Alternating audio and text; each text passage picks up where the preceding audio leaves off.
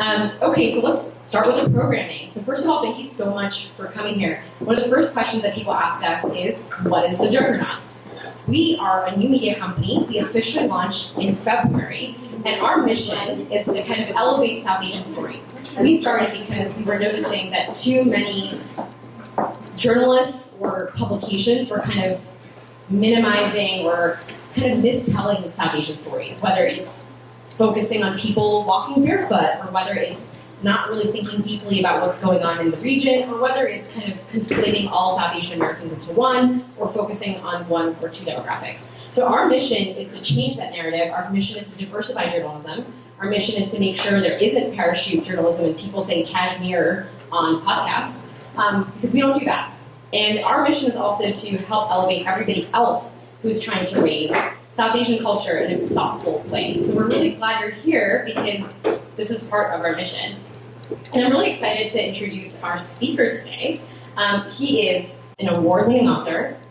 He's written the most wonderful books that explore South Asian history through multiple lenses, whether it's oceans and seafaring and the links between India and China, or whether it's an old Bengali folktale and how it influences your lens when thinking about climate change today, which is exactly what Gun Island is about.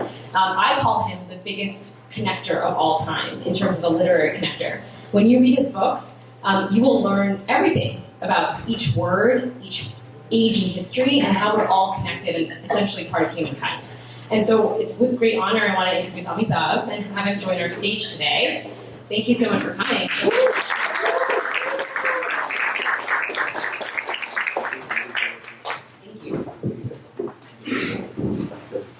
Thank you, Snigdha.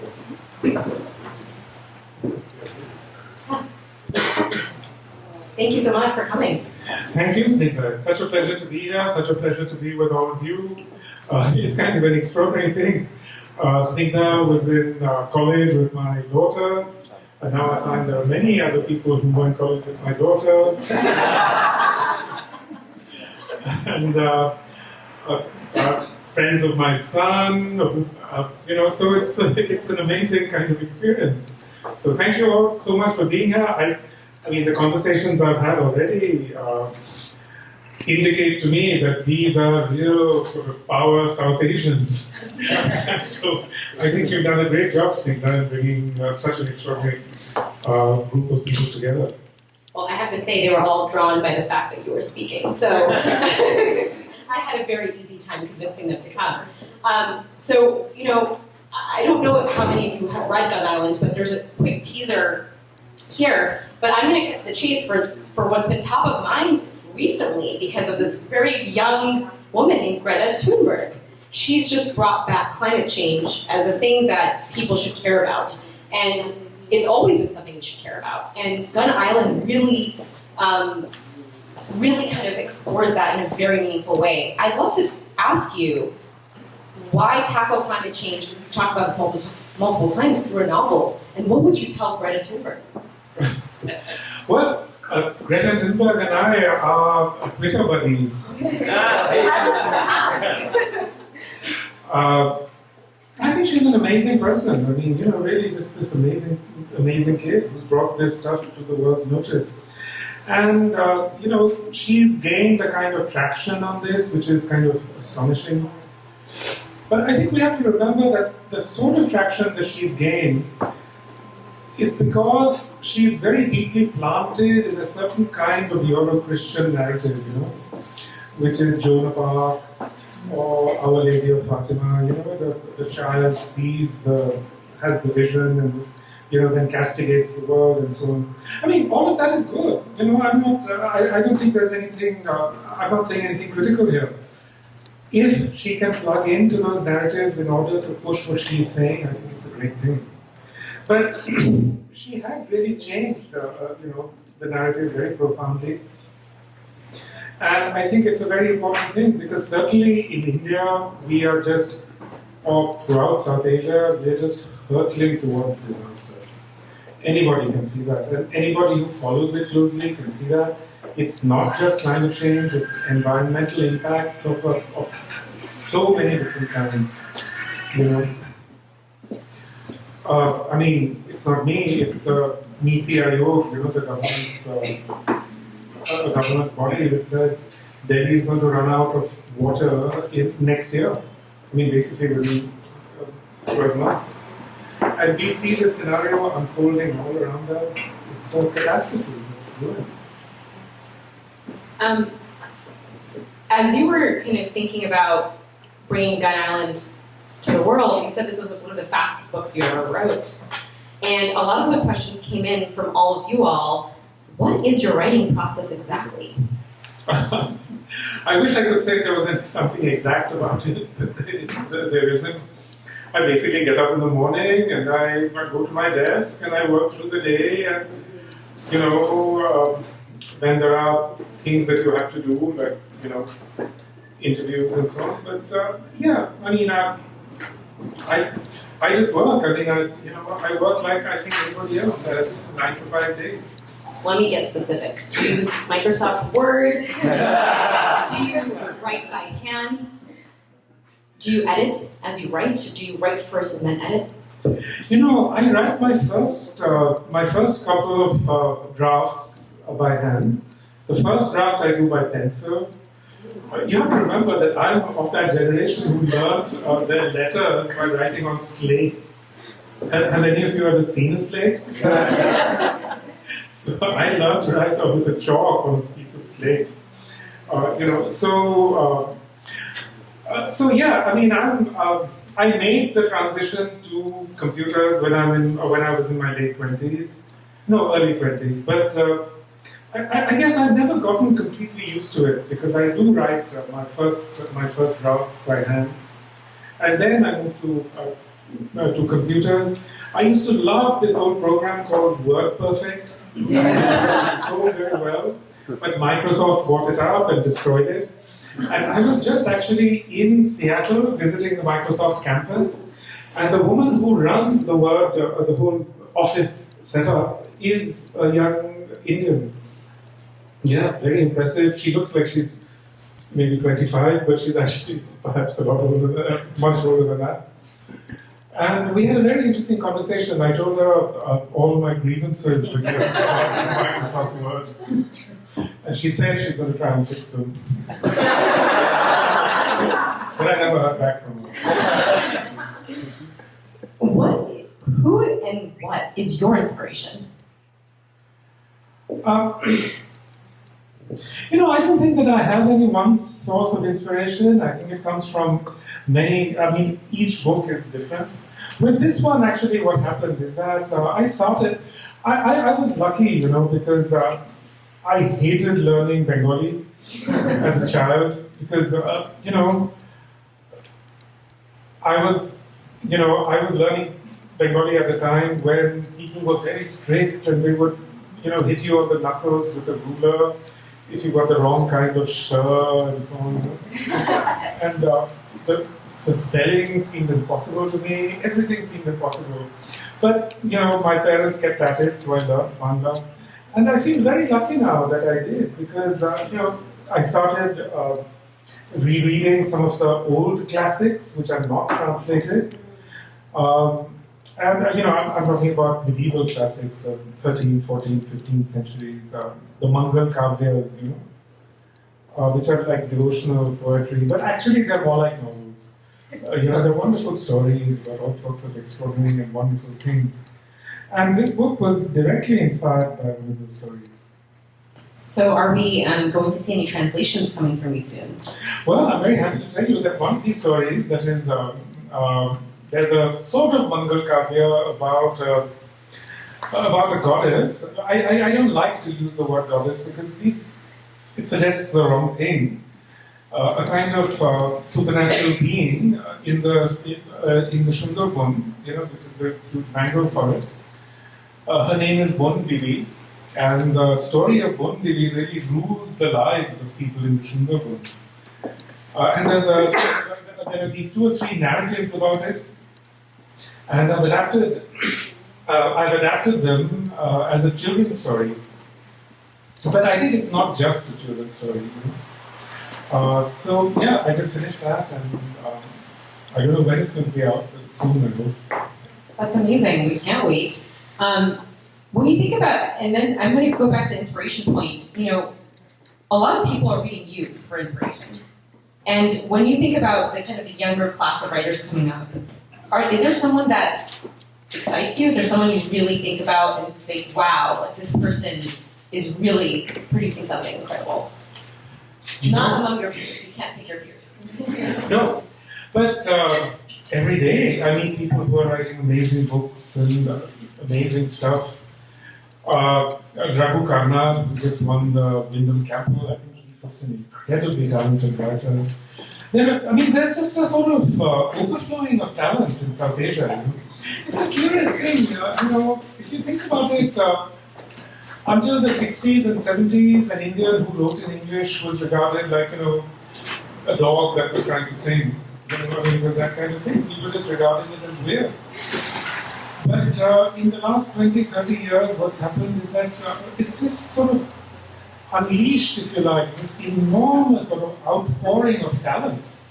And I think most of you guys probably don't even really see it because you have to be in an Indian bookshop and you see the sort of wealth of literature that's being written, and it's not just any one genre. There's children's literature, there's science fiction, there's detective fiction, there's sort of mythological tales, there's literary fiction. There's just an incredible variety of writing. Not all of it is, of course, always very good, but that's how it should be.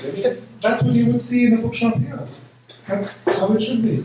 But it's truly astonishing, and I think it reminds us, as Indians, our great talents, what are they? We're not very athletically gifted.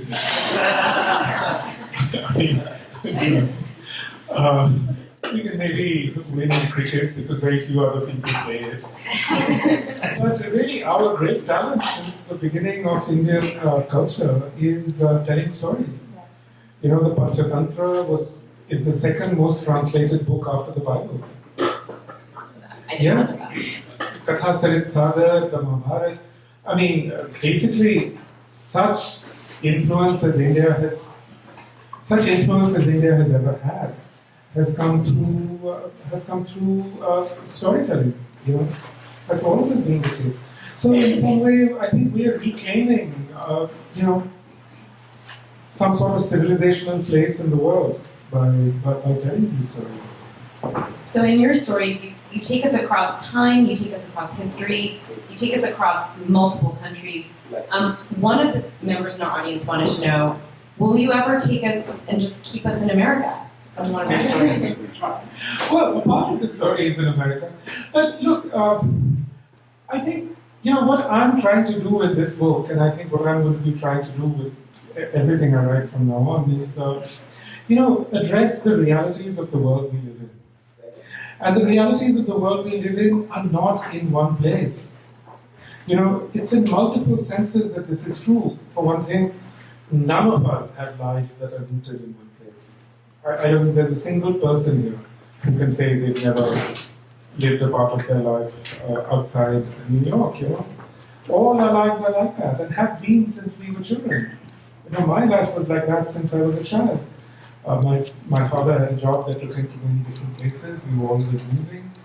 And that's the reality that I try to sort of capture in my books. But today, it's profoundly more the case, because for one thing, climate events, the events that are moving people, they don't happen in one place.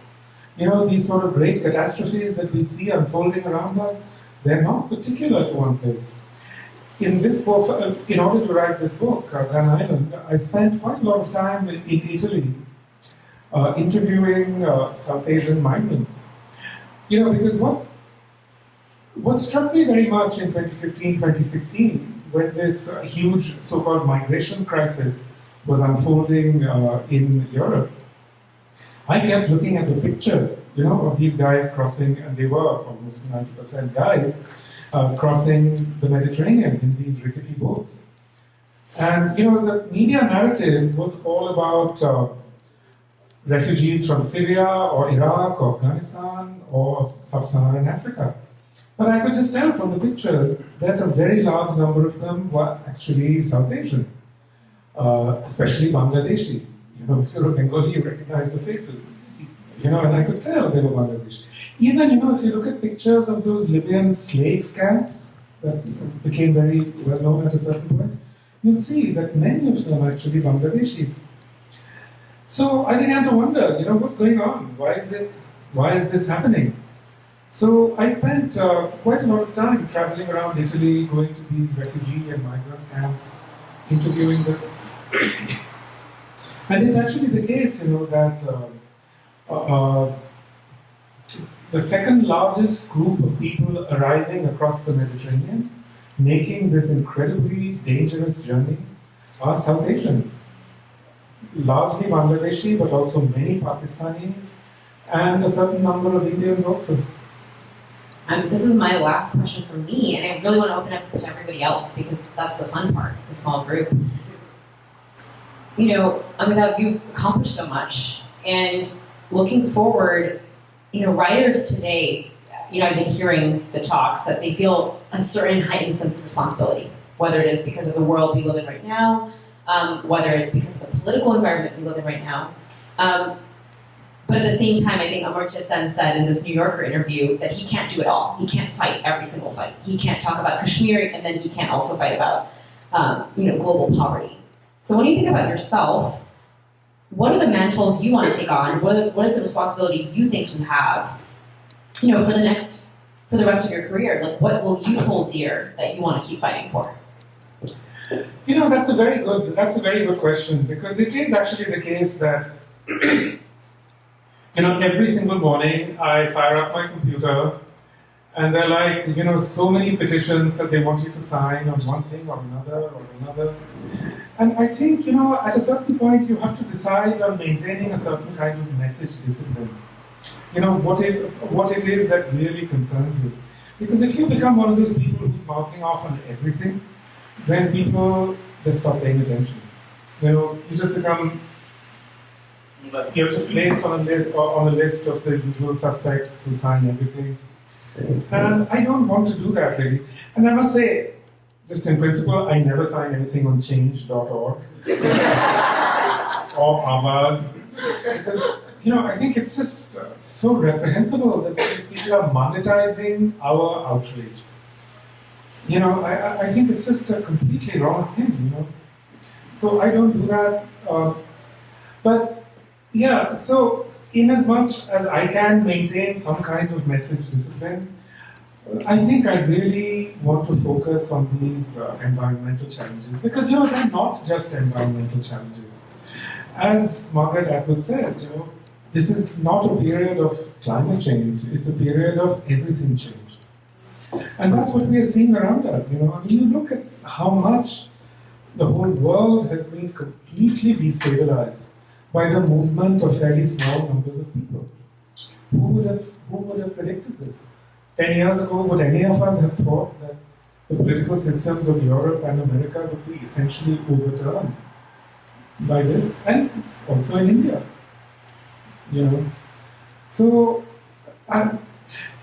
you know, the other thing is that bad as things seem now, one thing we have to understand is that this is just the beginning. Things are only going to get worse. And we have to take a deep breath. Every time you want to just scream, you have to take a deep breath because you have to realize that, you know, what's coming next is going to be worse. Thank you, Keith. Two questions, if you don't mind. One is with regard to the new book on Island, how beneficial would you say it would be to read Hungry Tide before this? Is there a direct relationship? We haven't read Hungry Tide to take the moment to do it before reading this. Second was earlier conversation, the thread you had the other day about the relationship between, you know, the Chinese Empire, Tibet, Nepal, East India Corporation, India, and that you've done the sea route, you know, between India and China in the imperial years. Is there some way to interest you to take that land route with possibly the type of origin story you have in an antique land, where a manuscript appears, historically, of which there is no shortage in the Baha'is of Kathmandu. And they're connecting, as they were connected for 1,000 years or more, the Bengali Shaivism with Tibetan Buddhism. Because as you so wisely said at the beginning, you're one of the really magical and profound connectors in this world of instability, and offering a larger world to people who haven't perceived it. And they're in the Asian stories, as you're emphasizing South Asian, and how little it's perceived in America and Europe in certain ways because of the political military struggles that get too much of the attention. That I think it offers something to the world larger, to make these connections, through history, manuscript stories, to take your Bihari subalterns and bring it up through the other way that people can understand history, which so few people, I think, have a sense of. Just those 2 points. And thank you. Thank you. I should explain that Keith lives in Kathmandu and has done for many decades. So the first question first. No, you don't have to have read The Hungry Tide in order to read this book. There are a couple of characters overlap, but there's absolutely no narrative connection whatsoever. Absolutely none. On the second part, on this recent Twitter thread I did, the way it started, I must say, in my own head, is that we have these good friends in Kathmandu who are big, like the media barons over there, Kunda Dixit and Kanak Dixit, and they run this whole thing called Himal. I don't know if any of you have come across Himal South Asia. Yeah. So for years and years, Kanak and Kunda have pushed this idea of Nepal being completely a part of South Asia. And I've always tried to tell them this is not the case. Nepal is as much a part of Central Asia and East Asia as it's a part of South Asia. Why do you constantly push this narrative? I mean, I never understood it, honestly. And I think it was a big mistake for them. And I think they've discovered this now, at this point where Nepal is trying to triangulate between India and China, which is in fact historically what Nepal has always done. Nepal was China's window on South Asia. So, I've always wanted to, as it were, push back against this theory. And then Kunda finally put out, I saw a tweet from him where he seems to be at last admitting that, this is Nepal's kind of mediatory role. This whole South Asian narrative, I think, actually belongs to very elite Nepalis. Brahmins and so on, like Kunda. I think Nepalis from the hills, and especially northern Nepalis, completely understand that they're a part of that Sino-Tibetan world. I mean, if you go to Yunnan, it's quite remarkable. If you go to the main cities in Yunnan, if you go to Dali or any of the cities across on that side of Yunnan, you'll see there are entire Nepali enclaves where they've set up. It looks just like Kathmandu, with the apple pie shops and the pizzas, all run by Nepalis. So I don't know why this was so important for them, but I think it's because historically the Brahminical Nepalis look towards Banaras, because they go there to, for the mortuary rituals and so on. But the actual history of Nepal is much, much more complicated. And again, I was a student of history in India, We learned endlessly about the Eastern. Oh, I'm so sorry, I don't know, but suddenly my phone never does anything, but suddenly sometimes it starts saying things. But, the thing with Nepal is exactly this, that we learned all this East India Company history, British colonial history, etc. So we learned a lot about the Anglo-Gurkha Wars, for example. But very shortly before the Anglo-Gurkha Wars began, the Emperor of China invaded Nepal, and Nepal became a tributary. The entire reason why Nepal continues to be an independent nation, really, is because of the geopolitical presence of China. And somehow, we never learned this in India.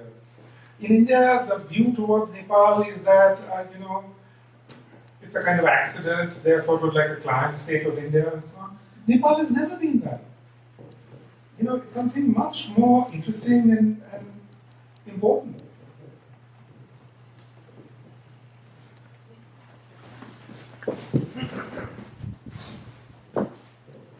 So, speaking of things we never learned about, the Opium Wars was not something you studied in history books. I grew up in Bombay. I had this vague idea that all the money was made in milks until I read about Bairam movie and then got more interested in that. I've also heard you say that in China, on the other hand, there's public awareness about sort of the opium, about their history with opium and about India's involvement in the trade itself. What do they say about it there since they're more aware? It's a curious thing. In China, there's an intense awareness of the opium wars and of the disaster that opium created for China, and all this opium came from India. But so if you go to Guangdong, there are innumerable museums and memorials to the opium war, but they almost never mention Indians. It's a curious thing, I find, because I don't know how to put it, but it's a kind of historical generosity. I don't know how else you could phrase it. Because they could very easily say that, it was Indians who did this stuff. But actually it's never said. It's always blamed entirely on the imperialists, And maybe it's true. Maybe we would say the same thing, that, this was all because of the British that we did this. But, that's not really a tenable argument. The opium wars were completely financed by Indian capital. Indian shipowners provided the ships, not the naval ships, but all the transport ships, 28 transport ships they provided. Indian soldiers were half the fighting men. Indians formed entirely the backup sections of the army. And in those days, camp followers were like 6 to 1 fighting man. So it's probably still the case. If you think of all the people who do laundry and food, etc., for every American soldier, and most of them are still Indians or Nepalese. So, so in fact, it's the case that this was entirely a war in which India participated. I don't see how we can work our way out of that. So, yeah, it's one of those strange historical reckonings that we have never had in India. It's a memory that we've just chosen to completely blank over. Yes? Hi. A lot of these stories are about people moving across places, across time. What would you say are some narrative strategies for young writers to combat sort of the story of nationalism that a lot of people in the region are trying to profit from and gain from, but allow for more of these cross-cultural stories? Well, what can I say except that the entire Indian subcontinent, all the stories converge on travel. Travel, displacement, etc. The curious sort of misconception that we have about the Indian subcontinent really arises from a 19th century perspective, where India was seen to be a kind of deeply settled peasant society where people lived in villages and never left them, and that kind of thing. But this was actually not at all the reality of India. 17th and 18th century India, as historians have pointed out, was essentially a society of adventurers. The largest employers were various armies. There were like at least 20, 30 armies in India. Every small zamindar had an army. So all these soldiers who fought in these armies were constantly traveling all across the country.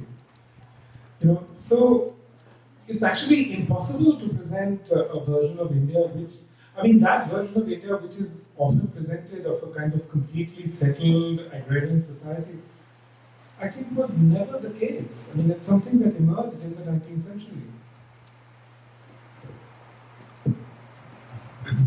Thank you, Amitav. Huge fan of your books. So I had a question. At the earlier part of your comments, you mentioned how it's a really dire situation in the world, and also in India, with Delhi running out of water. We talk a lot in our household split between the U.S. and India about how bad things are there. And I'm just curious, in your research for this whole topic of climate change and migration, are there any positive things that you're seeing? Are you seeing any things on the ground? I know you split your time between the U.S. and India. Are you seeing certain things going on in South Asia where you feel there might be some positive signs? I'm just curious. In the area of climate change. Actually the few positive signs that there are entirely in Bangladesh. Because I think Bangladesh is exceptionally vulnerable, but the Bangladesh government has been particularly sort of quick off the mark, to take certain steps within their capabilities. But certainly, I mean, if you meet even working class or rural Bangladeshis, they are very aware of the kinds of problems that climate change presents. But in India, and I think even more so in Pakistan, it's impossible to see any sign of that would make you feel at all optimistic or that the government is moving to confront these issues. I really can't see them. Because look, in 2016, for example, there was a catastrophic drought in central India, in Bundelkhand. At one point, there were 750,000 people leaving Bundelkhand every week. Where are these people going? We don't know where they were going. And, when you think of a Bundelkhandi farmer leaving Bundelkhand, it's not just that he's making a journey. India has always been a water-stressed society. Especially central India has always been water-stressed. But over millennia, farmers developed methods to wring some kind of living from the soil. That doesn't come easy. You can't teach it in a university. You learn it from the day you're born.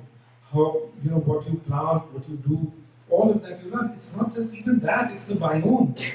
I read a very illuminating interview with an older Bundelkhandi man. He said, before when we had droughts, we would eat certain kinds of weeds and they would get us through. He said, I can still eat this weed, but my children and my grandchildren, if they eat it, they become sick. So what he was saying is that they've lost the digestive flora, that could actually absorb these things. So it's not even, the level of the catastrophe is such that the human body has evolved in ways that it can no longer cope with those conditions.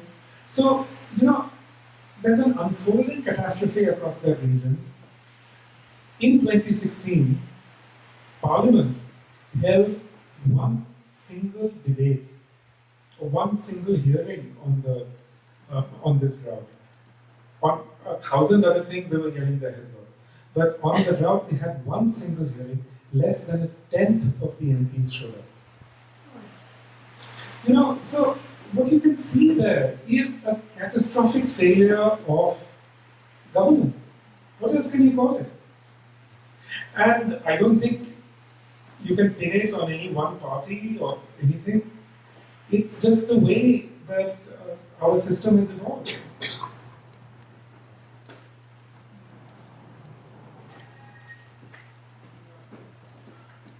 Yes. Back to, sorry, I have a lot of words. Back to the writing process questions. How do you know when one of your novels is done and it's time to send it off? As they always say, with a novel, it's not so much that that you know that it's done, as that you can't take it any further. You just have to stop. And I think you know that partly out of exhaustion, but partly also because the story has come to a certain point. And then you just have to abandon it. Because if you keep plugging away at it, you could go on forever without any good result. Very helpful. We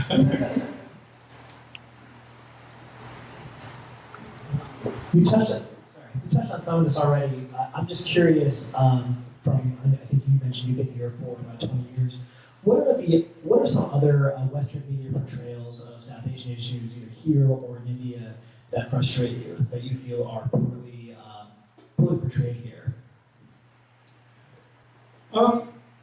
Well, as you know, I mean, so many of these issues constantly frustrate one. I mean, your representations of India and so on. But I do think it's changed very much for the better, you know, over the last 10, 15 years. And it's partly changed because, so many of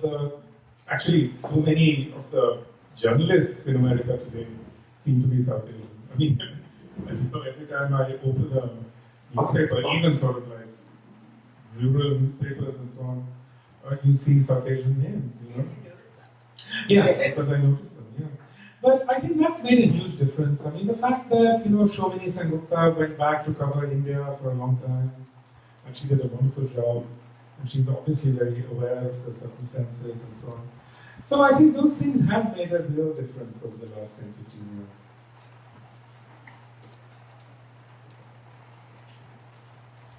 I have a question. Yeah. So many people don't know, but you are actually a wonderful cook. Oh, thank you. And you really love food. So when did you first start?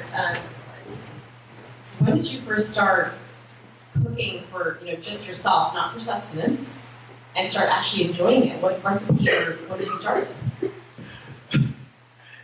I'm from one of those Bengali families where the men always cook. I mean, on Sundays or something. There you go. And your parent and the males cooked. My dad was. He cooks way more than Yeah.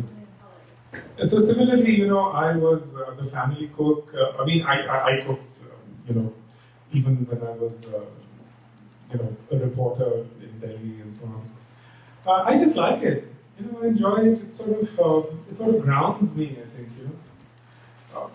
The thing I hate most about book tours, and sometimes you get just one day when you are in some kind of apartment and you can cook and you feel calm. I just enjoy it. For many millennials, being in an apartment with a kitchen is not very calming. You just kind of open up your website and order something.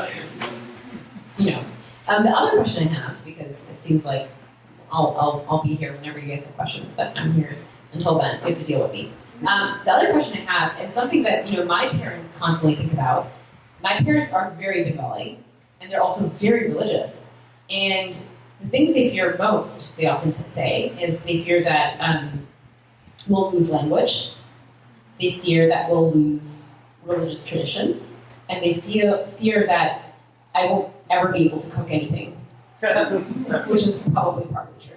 The things, the very difficult things that, my mom is able to make that she says is just even a shade of what her mom used to be able to make. And no, we did not have males in our family cooking anything. So my dad usually washes the dishes. So when you think about your own family, how do you think about preserving heritage, and what are you most concerned about passing on? And what are you less concerned about? That's an interesting question. I don't think you can, if you live in the circumstances of a city like New York, in the circumstances that all of us live in, you can't think of passing on heritage as a commodity. And I think it's a kind of self-destructive process.